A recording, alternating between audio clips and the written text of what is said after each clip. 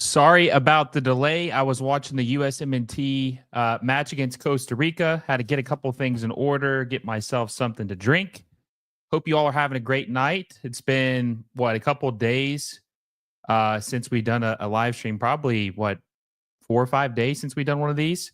Thought I would let a couple things marinate, see what else would happen, and see what moves would officially be official by the time we did another stream. But before we get into this, because we're going to talk about Wilfried Zaha and talk about the move to Charlotte FC, a couple other things like LAFC, Miguel Almiron, talk about Austin FC's crazy offseason where they spent a lot of money. We're going to talk a little bit about that. But before we get started, make sure you like this video down below if you haven't already. Subscribe to the channel. We're trying to hit 6,000 subscribers by MLS opening day. We have 1 month until the opening day, which is crazy. Can it get here any faster, please? It's dragging its feet. We need the season to start ASAP. So we're trying to hit 6,000. We're less than 600 away. So subscribe if you haven't already and hit the little bell notification so you never miss a video. We're going to have a fun show tonight. Hope you guys enjoy. Talk about some transfers. Always a good time when you talk about that player movement. We've got a couple comments. Michael says, hi, good evening. Appreciate you for being here tonight. Philly Dilly says, good evening, lads. Appreciate you for stopping by. A member of the channel, Mr. which I greatly appreciate, says, hi, Will. Hope you're having a great night, Mr. And also, guys, if you haven't already, consider being a member of the channel. It helps us out, helps get the content put out. There will be some member exclusive content, sneak peeks about upcoming videos, Q&As. All your questions will always be read, especially if you're a member. And it's only 10 cents a day. So I think it's a great value. It helps the channel out, and it makes this dream a reality for me. So consider being a member if you haven't already. In the description below, there will be a link. Philly Dilly says this opening music is the jam. Well, I'm glad that it was. Sorry it was a little late, or I was a little late. Hopefully the music was entertaining. Jonathan says USMNT for the win. Yes, I things look pretty good so far for the USMNT under Mauricio Pochettino, even during Camp Cupcake. Davey says, yo, what's good, Will? Things are good, man. I'm just getting tired of this offseason. I'm ready. I am happy about the transfers, but I'm ready to watch MLS regular season matches. I'm ready to see all these new players in the league. I'm ready to start seeing some regular season games. I'm ready to see what teams have improved, see what teams have regressed, who sticks out, who's going to be maybe a player we haven't heard of yet, a breakout season for a player or two. Davey says, bro, I'm so bored. I started on an NYCFC career mode. Save. Yeah, well, listen, we're getting close. We're getting very, very close to the season, 1 month away. Jonathan Link says, I'm doing an Atlanta one. I haven't played FC in a little bit. I probably will eventually do that. I'm kind of burnt out on NCAA at this point. Let's see. Mr. Krabs says the anti-MLS USMNT fans are gonna like Luca De La Torre going to San Diego. Yeah, they're already mad, man. They're definitely already mad. Jordan says we back MLS moves. Excited to hear about Atlanta.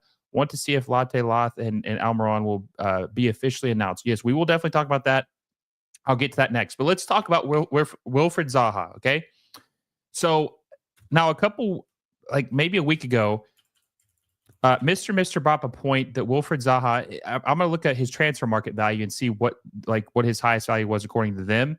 Okay, so his highest transfer value. Now, some people don't put a lot of stock into this, but I like to look at it to get some general idea of what a player's value is, right? I mean, I'm sure we all have been on transfer market, right? It might not be the most accurate. Some agents, some directors will say, "Oh my God, you look at transfer market, that's a joke."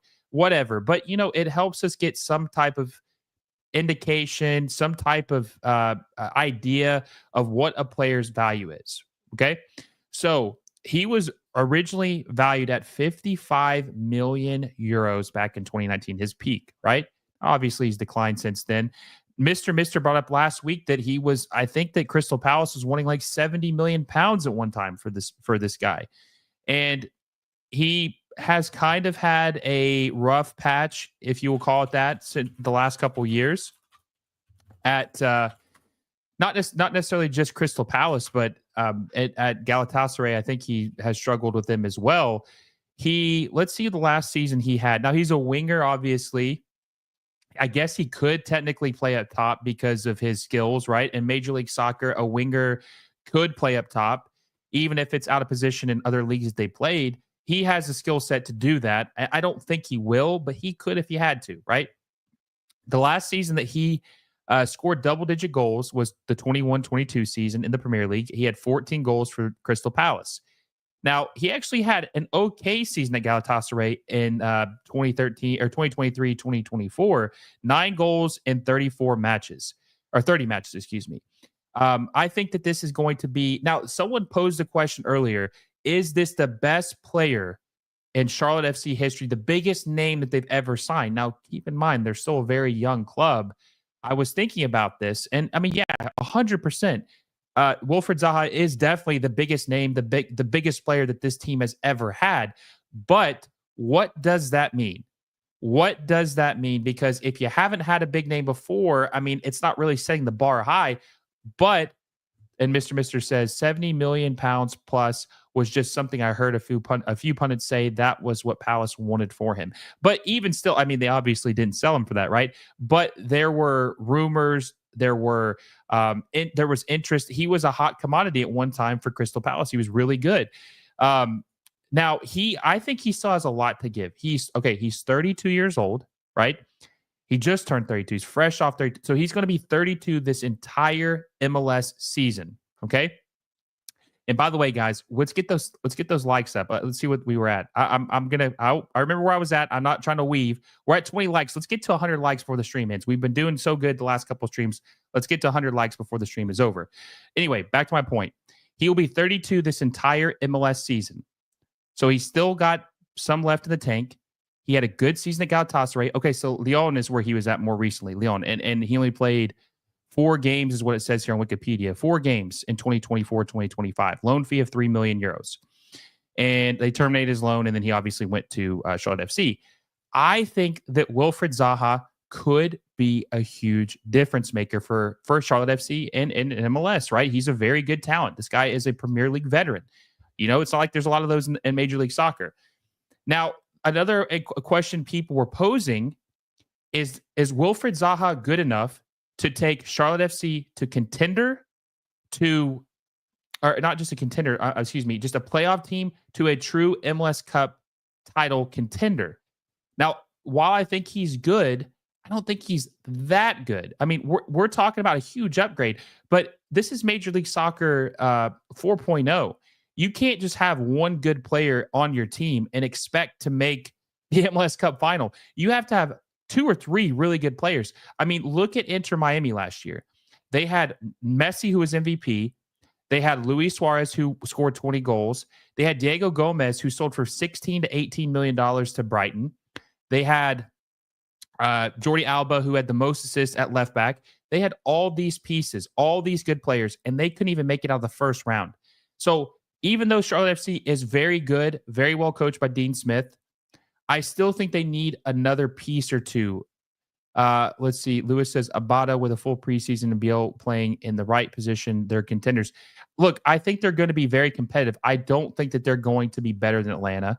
I don't think they're going to be better than Miami, but I do think they could be around that 3 to 5 range of best team in the Eastern Conference. That's kind of like where I would have them sit. Now, if they add another piece, now Biel is not like someone that I'm too over the moon about as a 10, but if they can get a true bona fide DP number 10, and I think they need a striker, honestly. I think they need a striker. I think Patrick is good, but I think they need a striker. We'll see what happens. We'll see what Zaha can do. Maybe Zaha can help him out. Either way, I think that this team is still a piece away from being a true, like the LA Galaxy, like Inter Miami. I think they need one more piece, but this is a good start. They've been trying for a long time to get a player of this caliber to take the leap and come to Charlotte FC. Remember, this past summer, they were willing to offer Marco Reus a sweetheart deal. I'm talking $6 to $7 million a year, DP, completely rolling out the red carpet for him. And he said, no, I don't want to go to Charlotte FC. I don't want to go to St. Louis City SC. I only want to go to the Galaxy. So they made a a very unique deal to give him some type of like, not necessarily escalators, but some type of incentive, some off the field, maybe endorsements or promises to get him to come to the Galaxy. So the good news is they have a true big name player. He's not to the same level as some of the other players that are in this league, like, the Messi and Suarez, but he is a well-known player. Most people who watch soccer know who Wilfried Zaha is, or at least have heard of him. So I think this is a great signing. It's a 1-year loan with an option to buy. And if he balls out, they'll buy him. 32 years old, he could still play several other years. So I like this quite a bit. I think this is a good signing. I'd probably give it like an 8.5 out of 10. What would you guys give the Wilfried Zaha signing to Charlotte FC? Out of a 10, 1 being absolutely terrible, 10 being perfect, what would you guys give this signing for Charlotte FC? Enzo, good friend of the show and good friend outside of the show, says, my brother, keep it up. I appreciate you, man. You're a good dude. Appreciate you for stopping by. Mr. said if Zaha is 75% of what he was, he'll be decent for Charlotte. Yeah, I think that's a fair assessment. Davey says 7.5 to 8. Ashton Wolf says 8. Isaiah Carter, good friend of the show, also has his own show coming up soon for DC United, so make sure you check him out. He says, great pickup for Charlotte. They found their Benteke. That's a good comparison, actually. That's a really good comparison. This could be their Benteke, but the question is, are they going to give him more help than what DC United gave Benteke? That's the question, because Benteke is good for DC United, which is crazy. He's been better he is way more efficient at scoring goals than he ever was in England. We all know that, right? We all know that. But are they going to give him more help than what they gave Christian Benteke? That is the question that is left to be answered. Cringe, new member of the channel. Appreciate you, my friend. Thank you so much. And I also appreciate your thanks you gave me on the video a couple days ago. Greatly appreciate it. Thank you for becoming a member of the channel.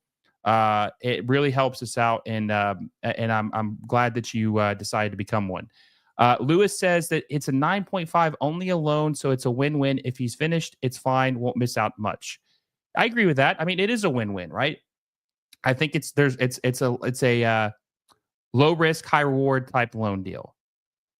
So I agree. I think that this is definitely a very good move for them.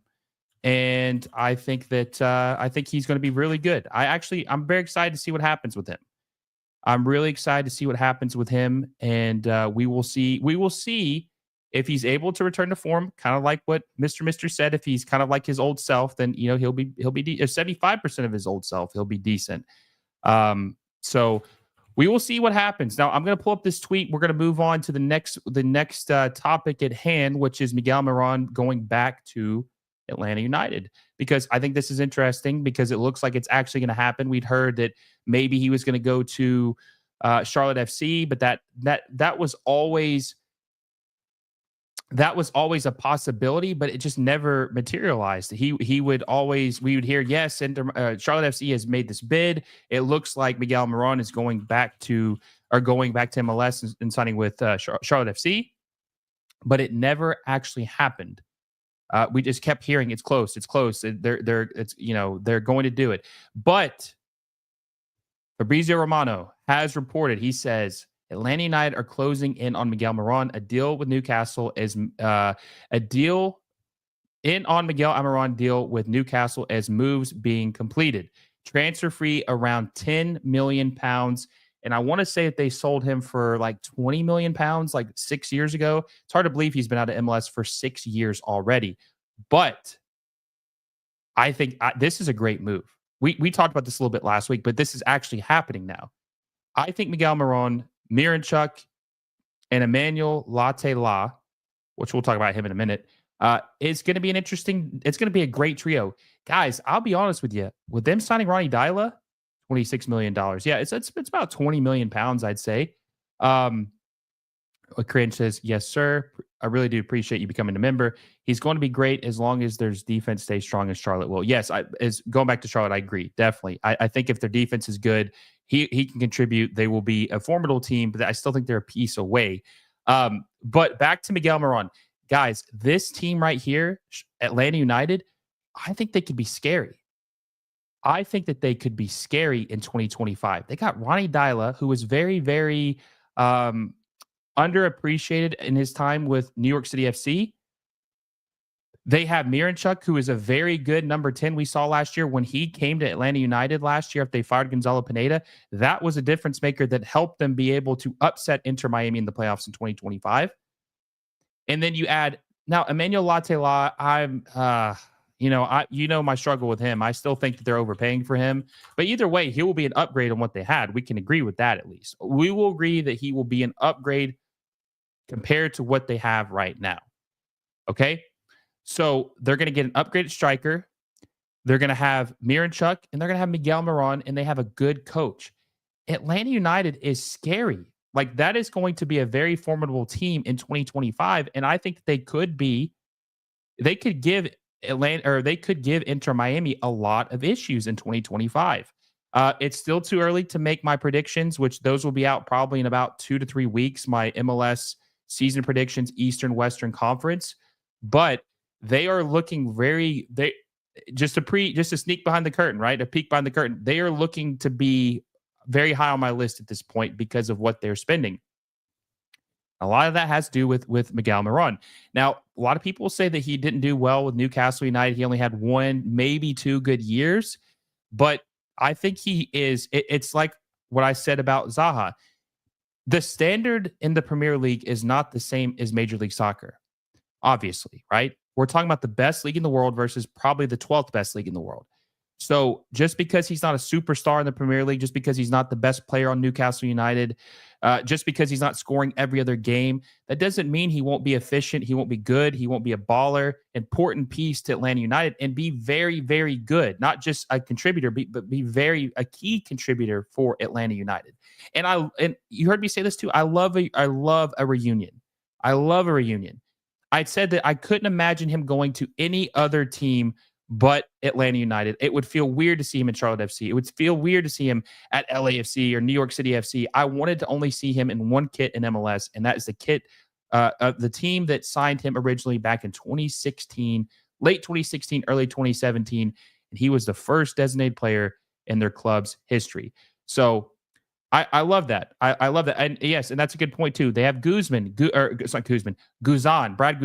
Brad Guzan was playing out of his mind in 2024 in the playoffs. He was the one who saved them. So I think that they're going to be very, very formidable side. Very scary, honestly. I would not take them lightly. I would not take them lightly in 2025. Enzo says, I believe Atlanta will win the East. I think there's a good chance that could happen. Let's see what else they add. There's still a couple other pieces that I think they need to put in place. But if there was one team in the Eastern Conference that Miami should be a little wary of, it would be Atlanta United. And that's just in my opinion. D-Live says Atlanta is going to be one of the top teams this year. Arthur Blank Checks is back and he's spending, and they got a good coach. And here's another thing too. How often do you see an MLS Cup winning coach leave for a better league and then come back? He was in the Saudi league, but he left for, I want to say it was, oh God, what was the Belgian team he left for? Was it Standard Liège? Yeah, I think it was Standard Liège is who Ronnie Dyla left for, and I think he was at Bruges or Genk, one of the other good Belgian clubs. Either way, he came back. Bruges, yeah, he left for Liège, and he was at Bruges, and then he went to Saudi.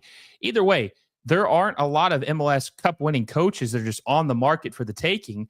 So Atlanta United being able to get a proven head coach who's won an MLS Cup at New York City FC, with not the most talented team, honestly, when you think about it. Now, they did have Tati Castellanos, who was really good at that time in that season. They had Maxi Morales, and they had a couple pieces, Alex Callens.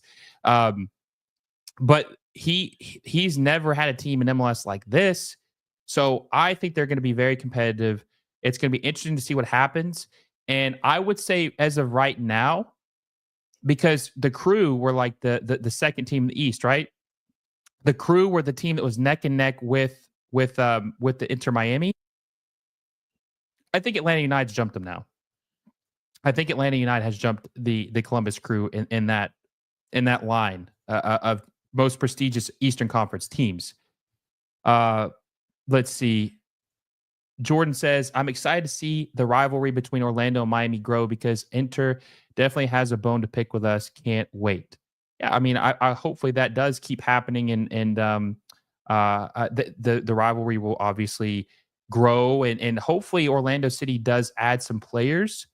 I really hope that they don't make Duncan McGuire a DP. For the love of God, do not make Duncan McGuire the replacement DP for Facundo Torres. That would be a grave mistake. Do not do it. Do not do it. James Porter says, what are your thoughts on New England's rumored signing of Yuri Nator from Spartak Moscow? I haven't looked into that, honestly. We'll look at it in a second, though, because there's just so much going on. We got to talk about San Diego FC as well, because they made a great signing as well from Anderlecht. We will talk about that as well. Cringe says, yes, Atlanta is going to be a thorn on Inter Miami's back. Almiron won't be the same as 2018, though. Could he be better? Slower? Yes, the pace probably isn't the same, but is he more polished and refined as far as his tactics or his technical ability, his dribbling, his passing, scoring? It'll be interesting to see, right? I think that he's not really going to be asked to do what he did before. So we'll see what his new role is. Guys, we're at 32 likes right now. We got 58 in the chat. Let's get that to 50. Hit the like button if you haven't already. We're so close to 50. We're going to hit 100 by tonight. But let's hit 50 right now. Only 18 likes away. Let's get those likes up. Smash the like button down below. Subscribe to the channel if you haven't already. And hit the little bell notification so you never miss any of my videos, which there will be a new one tomorrow at 6 p.m. Eastern time. You never miss any of these live streams, which I hope you guys enjoy. Let's see. Well, I'm going to move on to Austin FC here in a second, but we'll take we'll read a few more comments about Atlanta United. Ronnie got the best out of Magno, Tati, and Thiago Andrade. Once Mr. Clean took over, it was downhill from there. Hopefully, Pascal Janssen can restore New York City FC. They got to make some signings, though. I'm curious to see who they're going to bring in. They haven't made any signings so far, off the top of my head. Ashton Wolf says, apparently Latte and his agent is possibly playing us. Well, are you saying like he's not actually interested and he's trying to drive up his price with the EPL teams? Or are you saying that he's trying to pretend that an MLS team wants him to get more offers? I mean, I'm curious what you mean by that. Millie Tube says, NYCFC won't be good until they open that stadium. Yeah, I don't think they will ever reach their true potential until they do, honestly. Lewis says Almiron is better than he was when he left the MLS. Slower, but a lot better tactically. I agree. I do agree with that. Ashton says to get the Premier League interest. We'll see, right? I mean, that they had Edward from what club was he playing with now? Oh shit. You know what I'm talking about though. We were debating if they should sign him. Was it Adsane Edward? I mean, they were talking about maybe having him as a backup if they can't sign Latte La. But honestly, if you're spending $20 million, you should have plenty of options of who you could sign. I mean, it's not that crazy. You should easily be able to get a good striker for that. Okay, let's move on to Austin FC, because this is another interesting team that is spending quite a bit of money, and they're about to spend $12 million. $12 million on a winger. Now, let me pull this up real quick. What was his name? Is his name Ozuni? Uzuni. That's right. Uzuni. Let's see. Okay. So, according to Gimme Sport, Austin FC have agreed to a deal to sign Albanian international forward Mirto Uzuni from Granada. It says that the Austin will trigger Uzuni's $12.3 million release clause, 12 million euros. Sources say Ideal Granada reported the agreement as well. The deal is pending final details and medical. Uzuni is 29 years old. He has 14 goals and 1 assist in 18 appearances in 1,417 minutes for Granada in the Spanish second division this season. Damn, man. We are just, I tell you what, MLS is just like, the hell with it, dude. We're overpaying for the second division players this year. We don't even care what division you're playing in. We're overpaying for all the second division players this year, which is kind of crazy. Um, I mean, guys, seriously, Uzuni, 29, $12 million for a second division guy. I mean, if he was young, I could understand, but 29, I mean, I just feel like that's kind of a steep price, but whatever, I guess, whatever. Uh, he has spent time with, okay, so he had 11 goals and 1 assist in 26, 500 minutes essentially in the Liga last season. He has spent time in both the top and second division in Spain with Granada between the tiers in the last few seasons. Okay, so we're gonna pull up his stats, kind of look a little bit about his national team tenure. Okay, here we go. So he played for, I think he played in is it Hungary? Is that where this team is? Yeah, the Hungarian league. Before he went to Granada in 2022. So he actually was a Hungarian league, not veteran. Honestly, he's been playing there since he was 27 years old. And he didn't get his first move until 2022 when he went to Granada.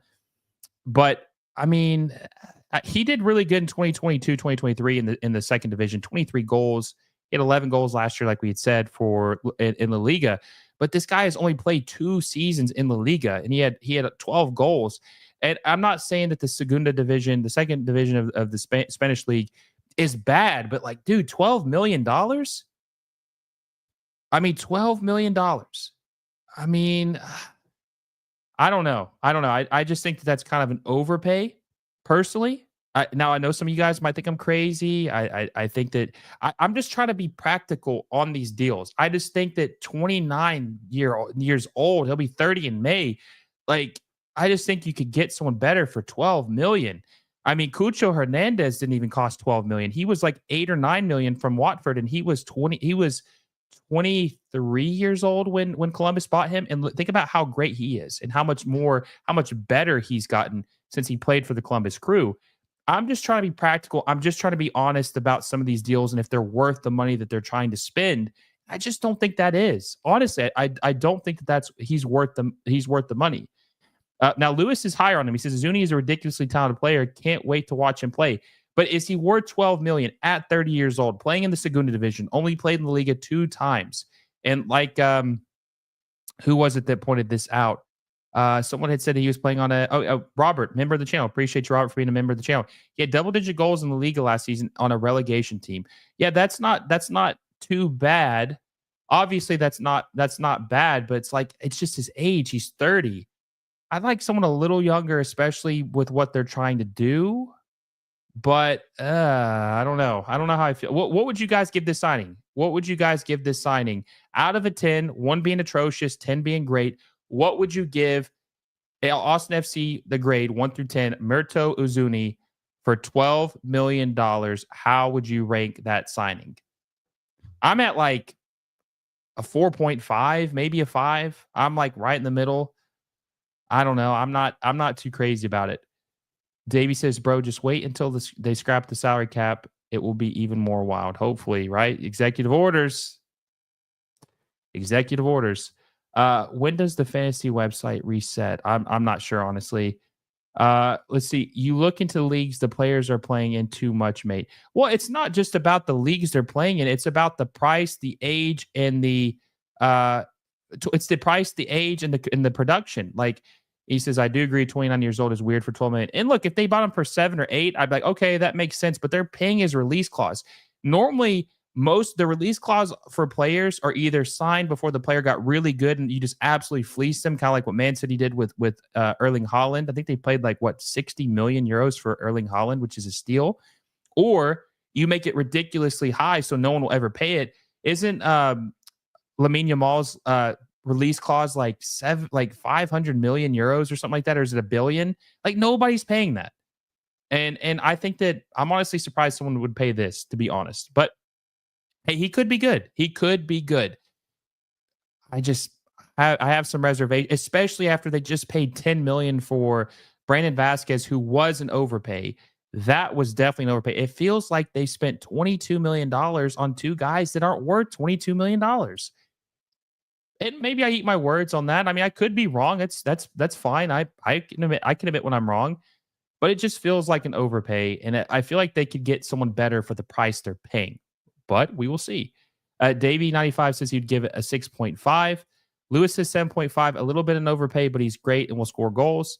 Michael says 6. Cringe is at a 5.5. Beast Mode FCC is at 3. Mr. says 5, maybe 6. Davey says, I hope the new commission Trump officially scrapped the cap when Pulisic lifts the trophy at MetLife Stadium. Speak it into existence. Millie Tube says, MLS is already a top 10 league. You said hopefully top 12 soon. I said it's probably top 12 right now. I don't know if it's top 10, honestly, right now. I don't think it is at this moment. Davey says, nah, it's like 1 to 2 billion only because La Liga is weird and requires release. Oh, you're talking about Lamine Yamal. Yeah. Robert says, I will say sports medicine and science have evolved there where players are still playing at a high level until 35 or 37. So I don't look at age as much. But to be fair, even if that's true, that's kind of the exception to the rule. I wouldn't be betting on a guy to be that good at 36 or 37. Now, there's obviously rare circumstances where if you're like a great talent, that can happen. But father time catches up to everybody. And it's a safer bet to sign a younger guy who could play for a longer time. Now, Mr. says the thing is the winter window. Clubs always demand a premium. That's true. That's another reason why we need to change the calendar, because we want to be on the same timeline as these other teams, especially because when we're doing business with them, selling, buying players. You don't want to lose your best players in the middle of the season, and you don't want to have to buy players when they're in the halfway point of their season because, like you just said, they're going to ask for more money. Lewis says Uzuni realize about a pace, also age is as a bit of okay. He relies on pace and also age is a bit of an issue. Yes, we'll see. Look, I could eat my words. I could be completely wrong. We will see. But let's move on to LAFC because I think this is interesting. They are guys. I'm not gonna lie to you. I'm a little worried about LAFC. I was talking to my buddy Nick Chastain, Voices of Black and Gold, talking about what this team is doing, okay? And they've gotten rid of a lot of players. They got rid of Ilie. They got rid of Matty Bogusz. I mean, Matty Bogusz is a huge loss. Now, they don't have him officially listed or sold yet, Matty Bogusz, but it looks like he's about to be sold for $12 million to Cruz Azul. God help us. We all don't want to be helping out any Liga MX team. We're trying to win the damn CONCACAF Champions Cup. We're not trying to help give them more players or any type of advantage over us, right? I mean, because Matty Bogusz was their best player in 2024. So we just gave him to Cruz. We didn't give him. I mean, he's, it was $12 million, but he's not playing in MLS anymore. So that's a sad thing to see a player of his quality leave. I mean, he was really good. I'm actually surprised he's going to Liga MX and not going to going back to Europe. But I guess no one was willing to pay the $12 million for him. Then Kike Oliveira looks like he's trying to force his way out. They lost Ilie Sanchez. They lost Murillo. They lost Lewis O'Brien. They lost what's his name? The Palmeiras, the midfielder, the Colombian Atuesta. Sorry guys, it's hard to keep up with all the names. Atuesta, and they brought in Marky Delgado, which was the first trade. I don't think it's the first trade between the two teams. Maybe it is, but it's definitely the first trade where an LA Galaxy player plays for LAFC. Marky Delgado, or he's going by Mark now, I guess. Mark Delgado is traded from LAFC or LA Galaxy to LAFC. Not a bad move, but I mean, I don't really rate Marky Delgado that highly. I think he's okay, but he's not saving the day for LAFC. I can assure you that. He's not saving the day. Not with the holes they have. Then they signed Igor Jesus, and they paid 4 million euros for him.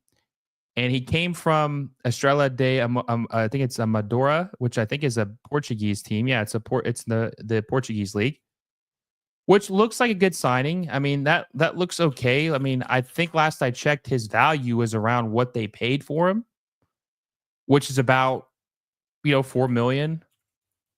But I mean, their midfield definitely needed some help. It just feels like they're just kind of okay. So they have them actually listed 2 million euros. It just feels like they're not doing the moves they really need to be doing. I mean, this guy's only played 38 matches in the first team level. I mean, he's still pretty much an unproven commodity at this point. That's an okay move. I mean, I'm not upset with that. I think that's all right. And then they signed a guy named Odin Thiago Holm, which incredible name, right? I mean, my God, that's a legendary name. Odin Thiago Holm. I mean, that guy is like that name is made for the history books. Let's see if he can match. Let's see if he can match his name status to his on-field status. Right? We'll see. We'll see what happens. Oh yeah, yes, exactly. Kai Kamara is also out too. Thank you for reminding me on that.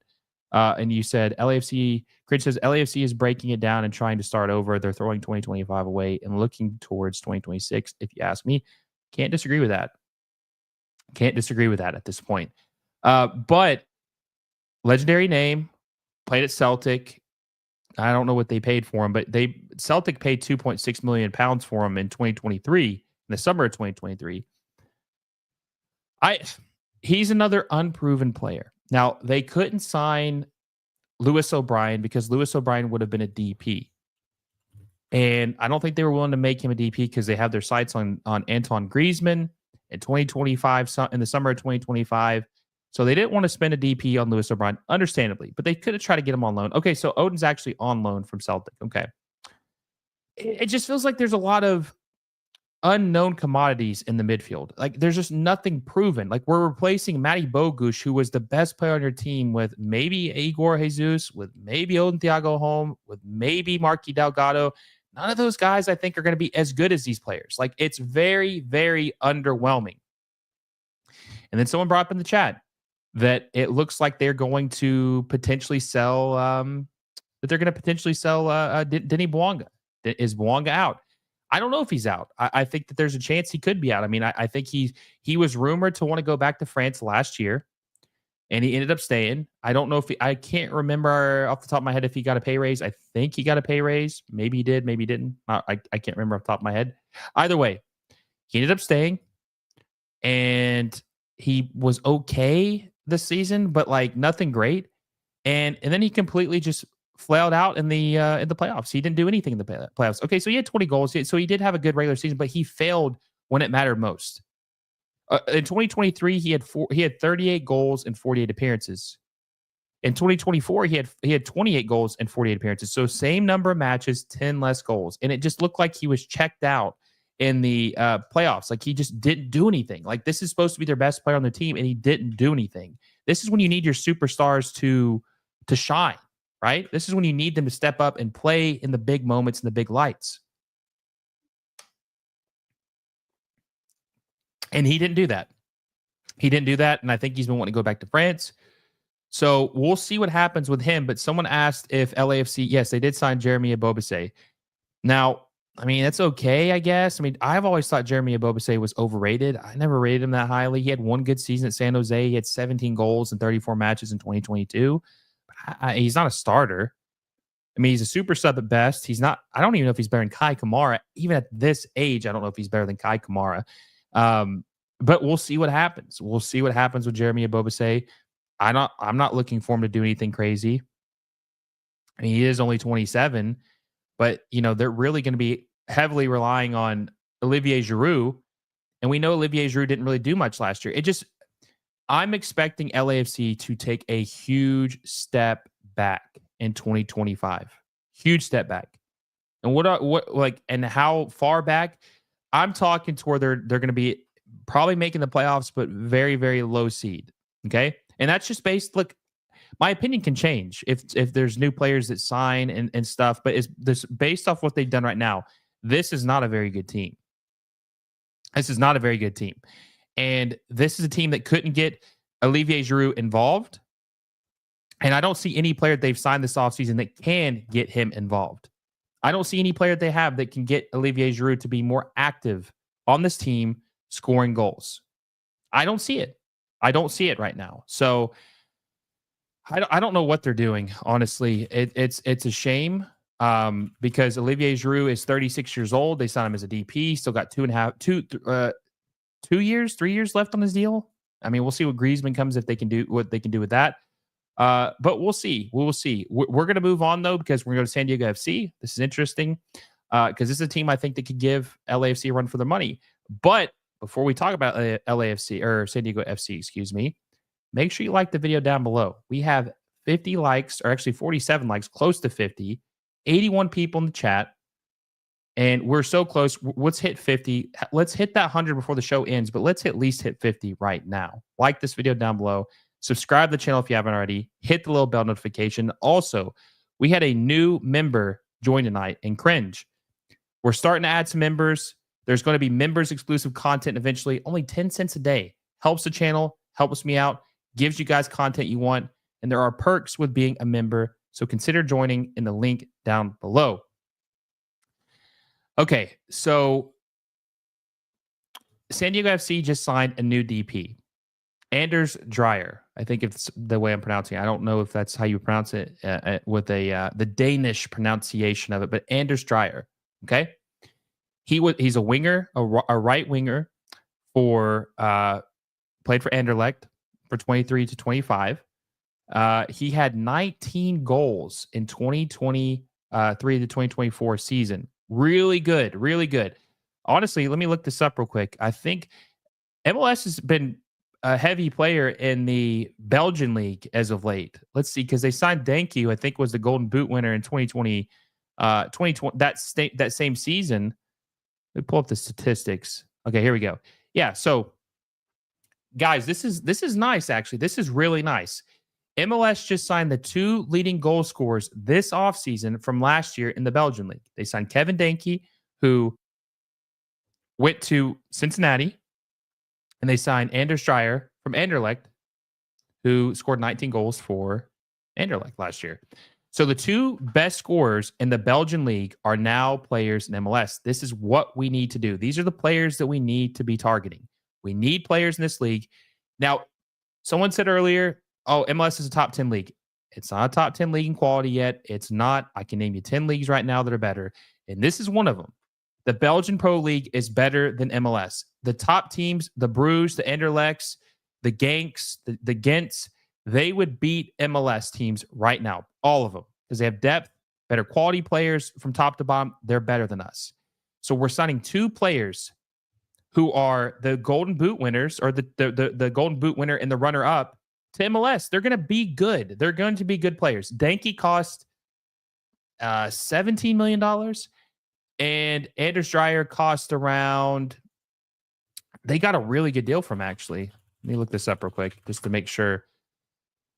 Okay, so Anders Dreyer is valued, according to Transfer Market, preface that, 10 million euros. Okay, pretty good fee. He's only 26 years old too, so he's relatively young. So 10 million euros. And they bought him for 5.5 million euros. Now, see, this is a move that like Austin should have made. You're paying 12 million for a guy who's doing pretty good in the Segunda division. Like, he had a good season in the Liga. Or you could pay half the cost and get the runner-up for the Golden Boot in the Belgian league. I think the Belgian league is better than the Spanish second division. I think that's pretty fair assessment. I think it's better.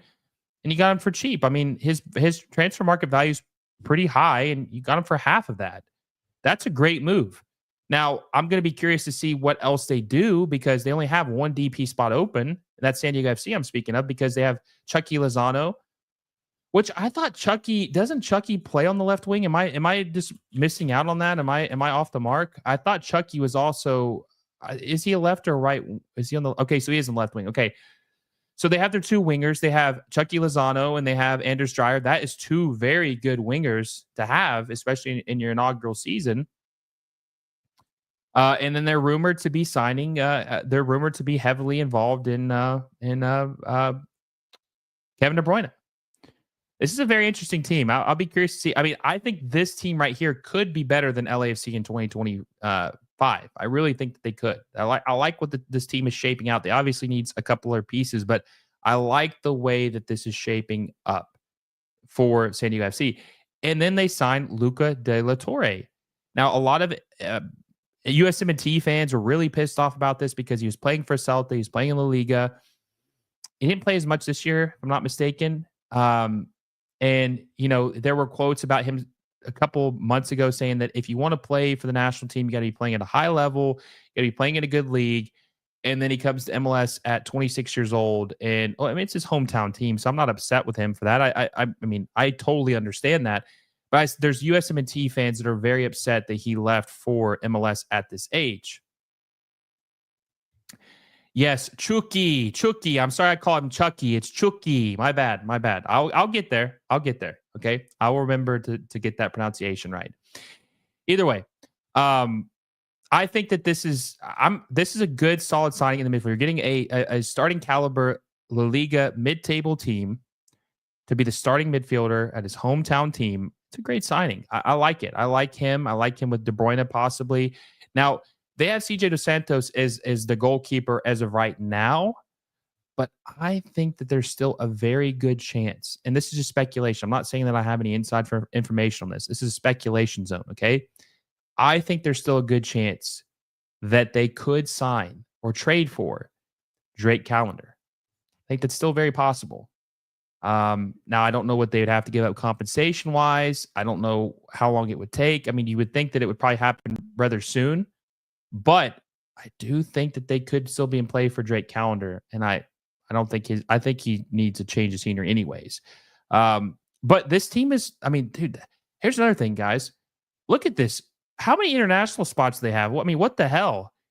I mean, I'm sure some of these people have green cards and like they don't take an international roster. Like I know Emmanuel Boateng doesn't. I know that Anibal Godoy doesn't. But holy hell, man, they only have like 1, 2, 3, 4 Americans on the whole team. Like how many international spots do they have? Right? I mean, damn, that's crazy. Well, I guess we'll see. Well, that will be an interesting question to see how that translates and see if they actually do. And I think Christian McVay has he's eligible. He doesn't take up international roster spot, but that's definitely catches your attention at first. You look at this, and you just see that there's not a lot of domestic players on the team. Let's see. Cringe says, guys, based on the moves San Jose and San Diego is doing, would it be a long shot to say that they'll end up second and third in the West? No, I don't think so. That's what I don't want to give away my predictions too much right now, but that's kind of the way I see it trending, is that's going to happen. We'll see though. We will see if that is what comes to be. But as of right now, I do think that could happen. I really do. Let's see. KVD will go to New York City FC. CFG will hijack the deal. I don't know. I don't know about it.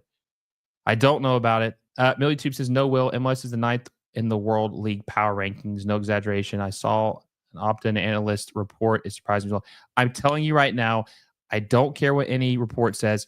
MLS is not top 10 right now. It is not. It's not top 10. Trust me, I love the league. Want it to be great. It's not top 10. If it's top 10 by 2026, that's good. It's improvement. But right now, it is not a top 10 league in the world. It's just not. It's not. It's not top 10. It's not even probably top 12. It's fringe top 12. It's not top 10. Let's see. Can't wait to see San Diego FC. I can't either. I can't wait to see them play the Galaxy first game of the year. It's going to be exciting. That's definitely going to be on my radar for a game to watch, to preview, and to react to on opening weekend. Robert says, these are TAM signings MLS should be making. Yeah, I agree. Miami would want, let's see. Lewis says Miami would want him gone, surely. Are you talking about Drake Callender? Yeah, I think they want him gone for the right price. They obviously want some more GAM to be able to make a couple other moves and player acquisitions. We'll see what happens, though. We will see what happens.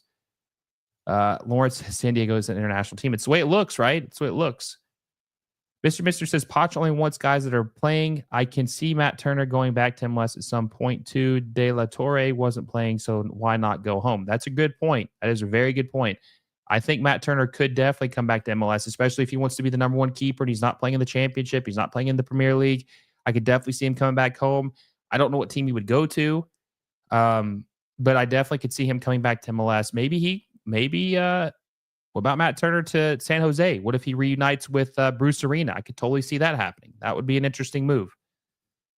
Timothy Park says Callender isn't that good. I agree. I think he's overrated. Lewis says Matt Turner should go to San Diego FC. I think it'd be a lot more likely he would go to like San Jose and reunite with Bruce Arena. I'm trying to think of what else there was. Jonathan Bamba. Jonathan Bamba officially signed with with Chicago Fire. That was a good signing. $4 million, pretty good player. LAFC were hot on his heels in 2022 when he was at Lille, and he was he was good. He's only 28 years old. He'll be 21 or 29 here in March. He didn't do as well at Celta as you'd like, not scoring nearly as much. But obviously, I think he could rebound. Look, just because you have a bad stint or not necessarily the ideal production level at a team doesn't mean you're bad or you can't be good somewhere else. Some guys just need a change of scenery. They need to go somewhere else. And I think that Jonathan Bamba will be very good for Chicago.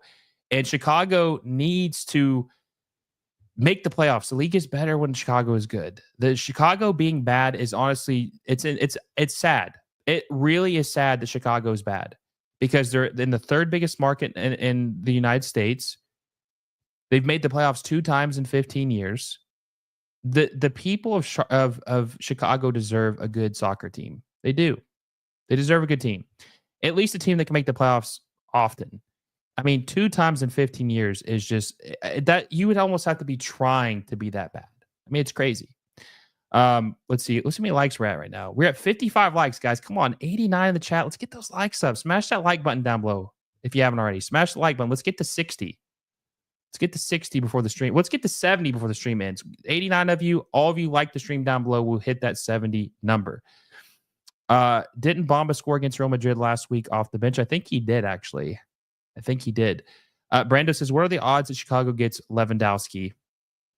You know, I don't really know how I feel about that move at this point because Lewandowski is playing pretty well at Barcelona right now. He might just be a player that just retires at the high level. Maybe he doesn't make the jump. He's 37 years old, or he'll be 37 later this year. He's still really good. He's costing them a lot of money. I mean, they're paying him like 30 million euros. I don't know, honestly. I don't know.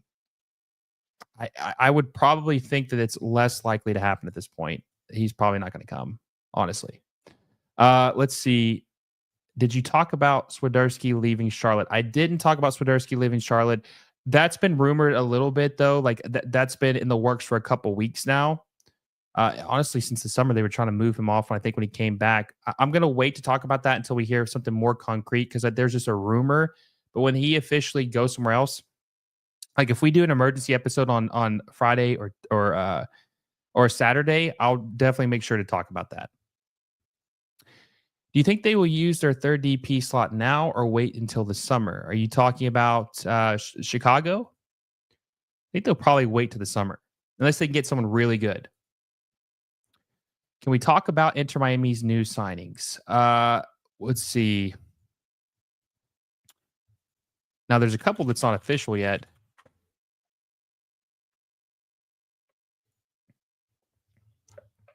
Let's see here.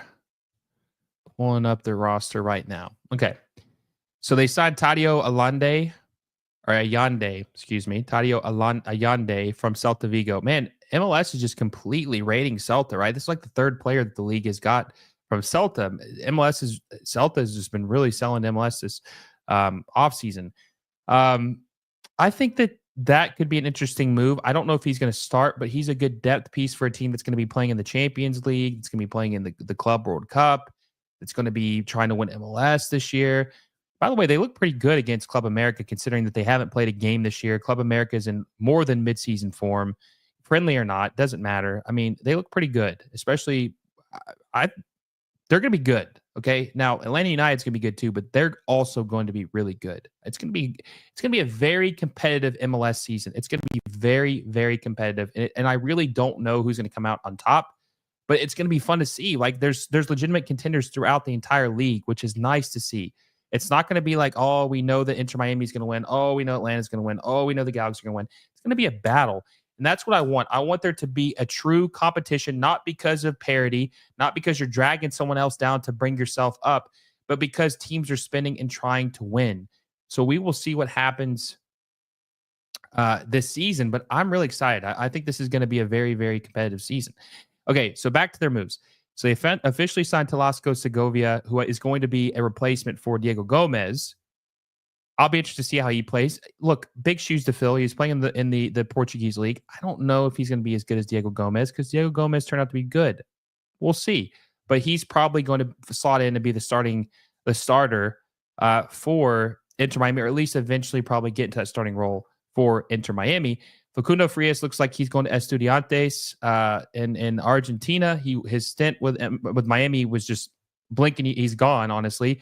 Came in 2023 summer, only played 11 matches, tore his ACL last year in preseason. Really sad to see him leave because I wanted to see how good he was. That's honestly a tragedy. I wanted to see how good Facundo Frias could have been with Suarez and Messi. But it looks like they're lining up the signing of Baltazar Rodriguez, so we will see what he can do in his place. They signed Gonzalo Lujan, or however you pronounce it, Lujan. I think it's Gonzalo Lujan. He is a right back and a center back, can play both positions, but he, I think, primarily plays right back, so maybe he will be competing with Cello for the right back spot, because I think Cello has become way too complacent with Miami. I think he needs to be pushed a little bit. I'm not a big Cello guy. I think he plays too erratic and he's not disciplined, so we will see what happens with him. Let's see. Falcon and Segovia are going to be monsters. Now, Falcon is a very good signing. I'm very excited to see what Maxi Falcon does. I think he is a good player. And exactly what they need to have, that grit, that toughness, that make the tough tackles. And they got to buy out Julian Gressel. I think that could happen. They have 2 buyouts now per season. I'll be curious to see if Julian Gressel ends up sticking around with Inter Miami in 2025. But I think they might try to trade him before they outright buy him. Mr. says, I want to see Dos Santos go on loan to an MLS. Anthony Dos Santos go on loan to an MLS club at some point too. He's not been good at Manchester United, but he was at Ajax. He could find his way to an MLS club after his Betis loan ends. Mr. I'm glad you brought that up. I am waiting for the day when we see Premier League teams, La Liga teams, Bundesliga teams loan talent to MLS like they do to the Ajaxes or the Eredivisie teams, the Belgian teams, lower end teams in those leagues. I'm ready to see some good talent to be loaned to MLS, like Xavi Simons in 2022, 2023, I think. No, maybe it was 23-24 season at PSV when he absolutely tore it up. I want to see a loan of a talented player in MLS and see them develop, because I think you can develop in this league, especially if you're just not quite ready for that next step at the top leagues. We've seen very good players play in this league and turn out to be good. So I don't want to hear that this league doesn't develop players, because it definitely does. I'm ready to see something like that happen. I'm really ready to see something like that happen. Lewis says Falcon and Avilés will be a great pair. Toto Avilés is going to be a breakout player in 2025. He looks different this year. I think he's going to be very good in 2025. I think he's going to have a bounce back year. I think he's going to be very, very good for them. So we will see what happens with him. Robert says, Dean Smith said in his press conference today that they allowed Swiderski to go and leave preseason to speak with a team that made an offer. So seems pretty concrete. What was the team that I'm trying to remember what the team was that they reported. I can't remember off the top of my head. But we will see what happens if that actually happens. I mean, I don't think he's sticking around long term. Cringe says Segovia is smaller, but he's fast and has flair with a good eye for sharp passes. Yeah, I think he could be really good. Oh, so he's going to Greece. That's right. Yeah, that's right. That rings a bell now. Yeah, we'll see. We'll see if it happens. Falcon and Baltazar sound like villains from Gotham City, right? They do, actually. They do. Josu Solano says, I feel like West Coast team would be willing to trade for Gressel. Many teams have bolstered their squads. He's a perfect fit for some team that needs some new motion. The only thing is he's got 3 years left on his deal at 1.1 million. I just don't know if people are going to be willing to sign him at that. Well, guys, we have streamed for an hour. I hope you enjoyed this episode. We're going to wrap it up. We will be back either, if something happens crazy, we'll be back this weekend for an emergency episode. But if there's not, we will probably be back next Wednesday. We'll make this a regular Wednesday night thing until the new season starts. So I hope you guys enjoy these. Make sure you hit the like button down below if you haven't already. Subscribe to the channel. Hit the little bell notification so you never miss a video. And also become a member of the channel if you haven't already. 10 cents a day. You get sneak peeks at videos. You get influence on videos. There's going to be private Q&As that I do with you guys. And when we get enough people, we'll do private streams where you guys can ask me anything you want. There's a lot of perks of being a member. So check it out in the link down below. There's 2 different tier packages. Being a member helps us out, especially if you like the content. Also, I will be dropping a video tomorrow around 6 p.m. Eastern time about MLS's spending, because a lot of teams are spending this year. So I will be dropping a video breaking that down, talking about all the different spending and who's spending in 2025. It's going to be a good video. So be on the lookout for that at 6 p.m. Eastern time. And I think that about wraps it up, guys. So I appreciate you for stopping by tonight, joining the stream, being engaging. Really appreciate it. Always fun to chat with you guys. Hope you guys have a great night. And until next time, guys, I will see you all soon.